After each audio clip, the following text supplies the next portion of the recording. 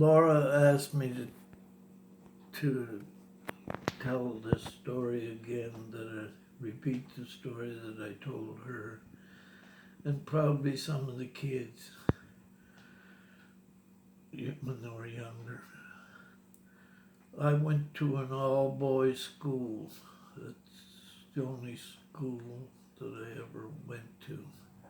And in grade 1, was probably about 2 months into the grade, there was a nun, Sister St. Brigida, and she had some trouble keeping us all from talking, and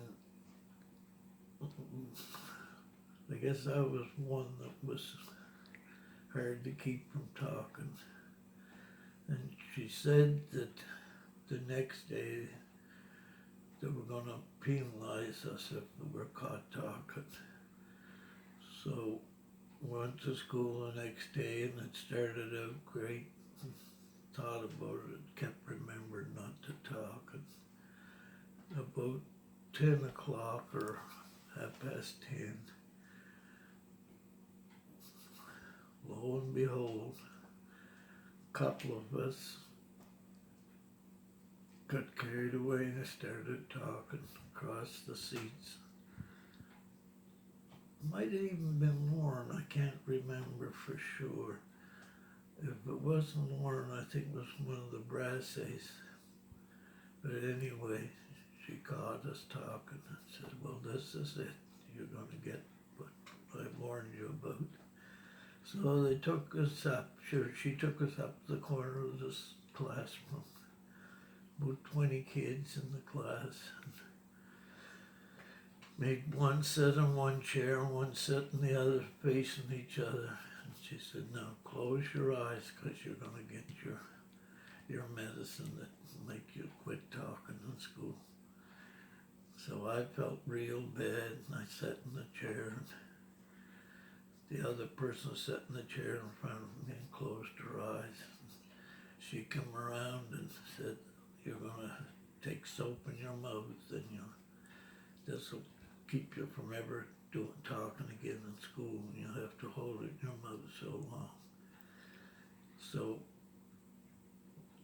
I was the first one. She put the soap in my mouth, and I had my eyes closed, and the other person was across, so she put the soap in my mouth and said, you have to hold it in your mouth.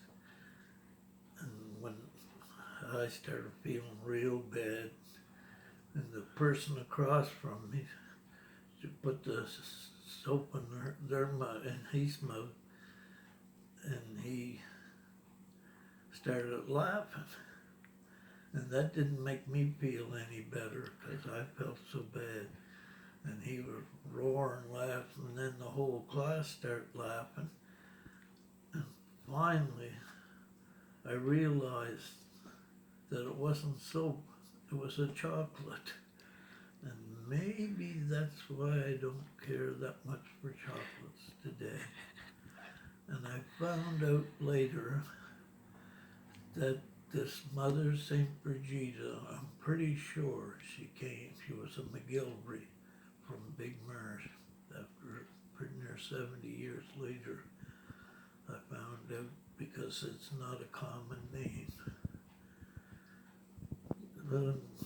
That's the end of this story.